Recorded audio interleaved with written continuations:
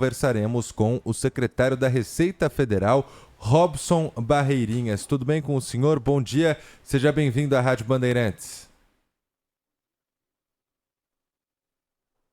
De fazer esses esclarecimentos. Bom, já começar então perguntando ao senhor sobre essa confusão que na verdade surge de uma fake news, né? Uma notícia falsa, porque nunca foi dito isso, não vai ter taxação nenhuma em relação ao Pix, né? Aliás, explica para a Exatamente. gente, por favor, secretário, o que é essa nova definição em relação ao Pix? Vamos lá. O mais importante é mentira, é fake news, essa história de imposto sobre Pix, cobrança sobre Pix.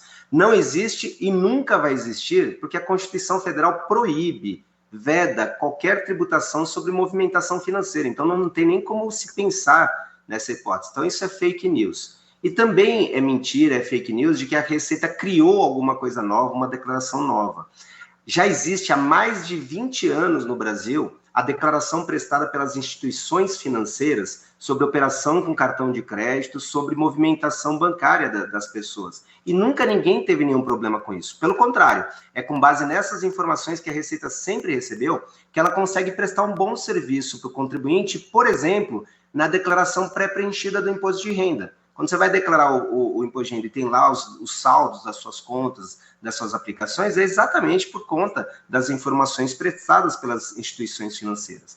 O que mudou efetivamente em 2025? Veja, esse sistema ele é de 2003, o nosso sistema de coleta de informações. Quando ele foi criado, não existia Pix, não existia carteira digital de pagamento, não existia pagamento por aproximação, ou seja, não existiam esses arranjos de pagamento que não são feitos por aquelas instituições financeiras tradicionais, mas pelas chamadas instituições de pagamento. O que nós fizemos foi modernizar, atualizar o sistema da Receita Federal para que ele seja mais completo, para que isso não gere inconsistências que possam prejudicar os contribuintes. Então, o seu ouvinte, o contribuinte normal, ele não tem nenhum problema, não precisa fazer nada. A declaração sempre existiu, prestada pelas instituições financeiras, e vai continuar existindo exatamente para que ele não tenha nenhuma dor de cabeça.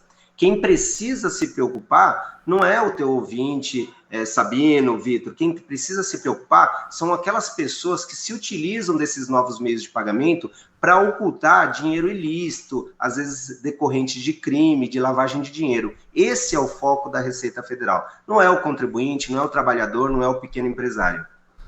Bom, então você vai fazer o Pix ali, R$5.000, ele automaticamente tem a informação recebida pela Receita Federal sobre esse Pix, é isso? Sobre essa operação? É só uma exigência, é uma exigência. Não, de jeito nenhum. A Receita Federal não sabe nenhum detalhe de cada operação de Pix, não é isso não.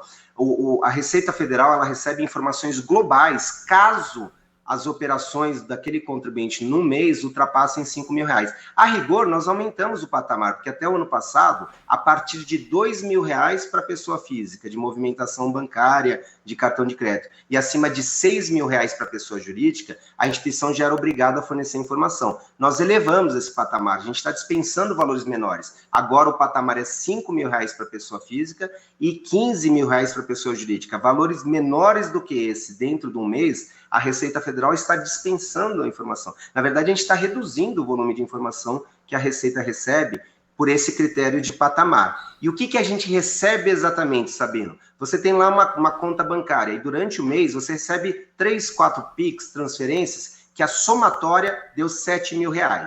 E nesse mesmo mês você fez uma série de transferências e pagamento em que a somatória deu R$6.000. A Receita Federal vai receber apenas e tão somente esses dois números.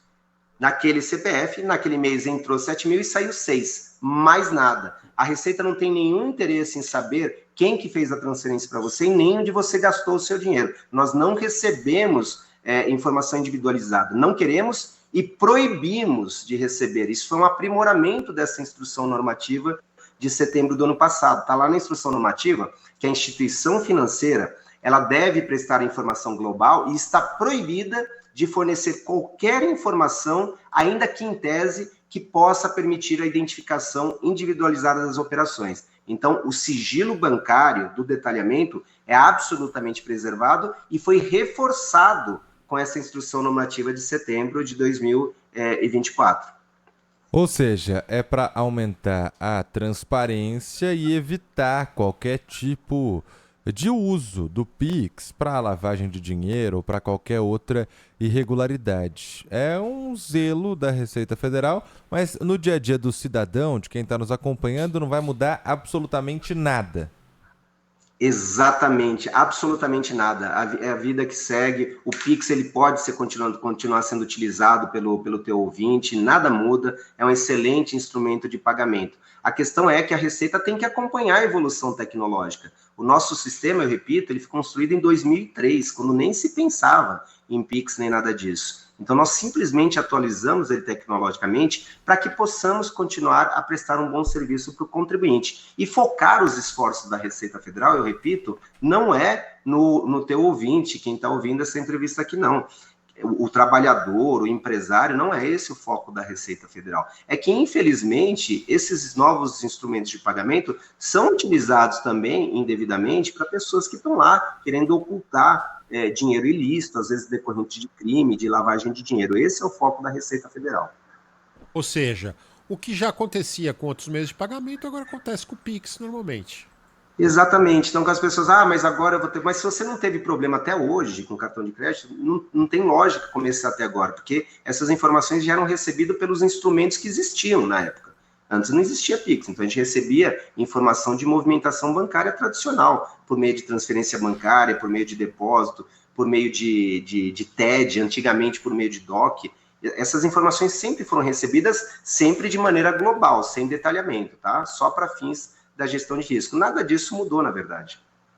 E até o senhor falando, né, sobre declaração, muitas pessoas nem sabem disso, né, mas você consegue, na verdade, entrando lá no app do Meu Imposto de Renda ou no site da Receita, uma declaração meio que pré-preenchida. Que esses números que a Receita recebe das instituições, muitas vezes já estão lá constando também. Isso acontece há muito tempo. Antes era acima de 2.000, agora é acima de 5.000 para pessoa física. Pessoa jurídica é 15.000.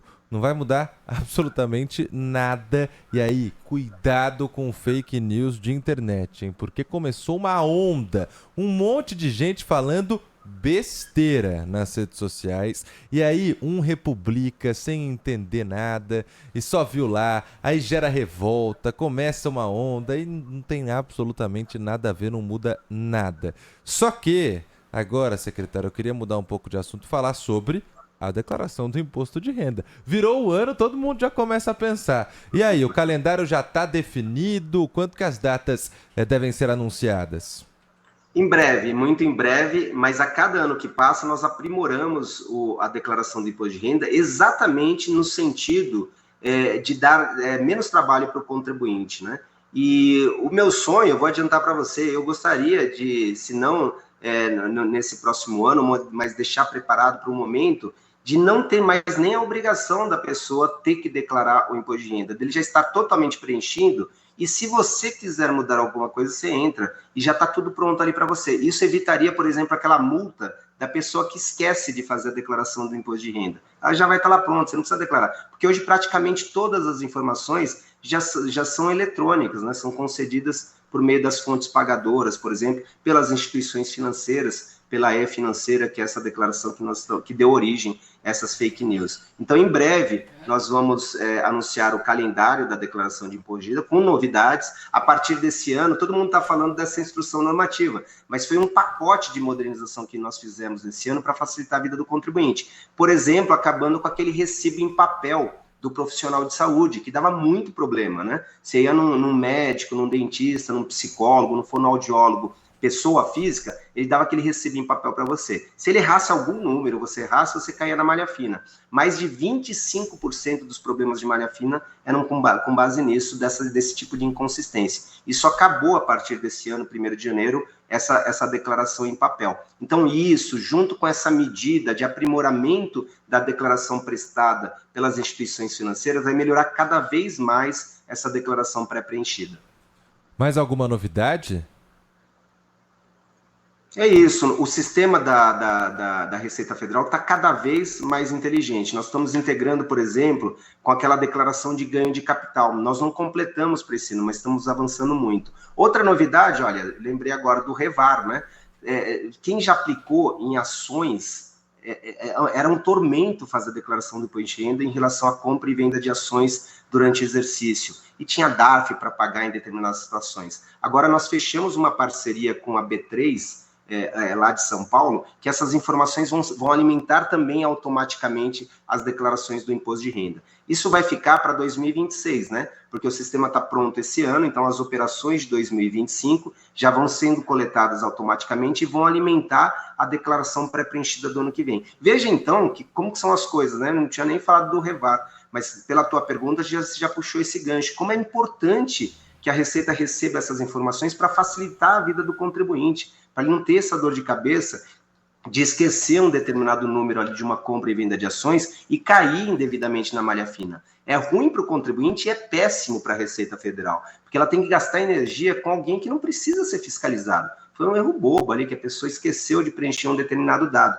Quando você libera esse contribuinte, você presta um bom serviço para ele, que ele deixa de ser incomodado indevidamente, e libera energia da Receita Federal, recursos humanos, para focar em quem efetivamente precisa ser fiscalizado, que são as pessoas que usam indevidamente esses meios de pagamento, e eu repito, eu reitero, essas pessoas que usam, por exemplo, para ocultar dinheiro ilícito, para ocultar dinheiro, às vezes, decorrente de crime, de lavagem de dinheiro. A gente libera energia para focar em quem precisa mesmo ser fiscalizado, que não é o trabalhador, o pequeno empresário. A gente deixa ele em paz e para cuidar do seu negócio, da sua vida. Até com base nisso que o senhor acabou de trazer, a Marta Portela, nossa ouvinte da Vila Olímpia aqui em São Paulo, fez uma pergunta sobre uma costureira que não tem empresa aberta, recebe mais de R$5.000 em um mês pelo Pix, será chamada pela Receita Federal? A Receita Federal não vai chamar ninguém, né? No máximo vai ter ali constando no sistema de que ela recebeu R$5.000 em Pix num mês, ponto.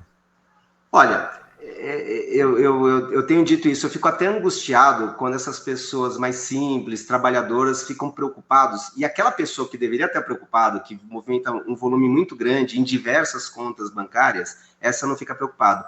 Então essa ouvinte, ela pode ficar tranquila, a Receita Federal não tem nenhum interesse em perturbar a vida dela.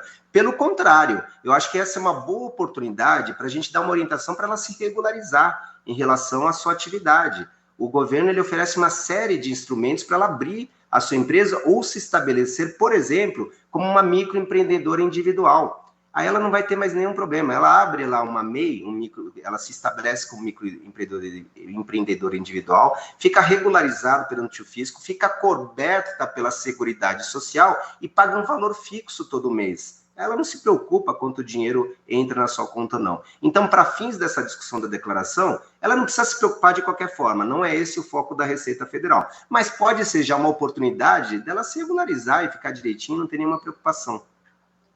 E agradecer a participação no Manhã Bandeirantes do secretário da Receita Federal, Robson Barreirinhas. Muito obrigado pelas suas explicações, esclarecimentos. Bom dia para o senhor, viu?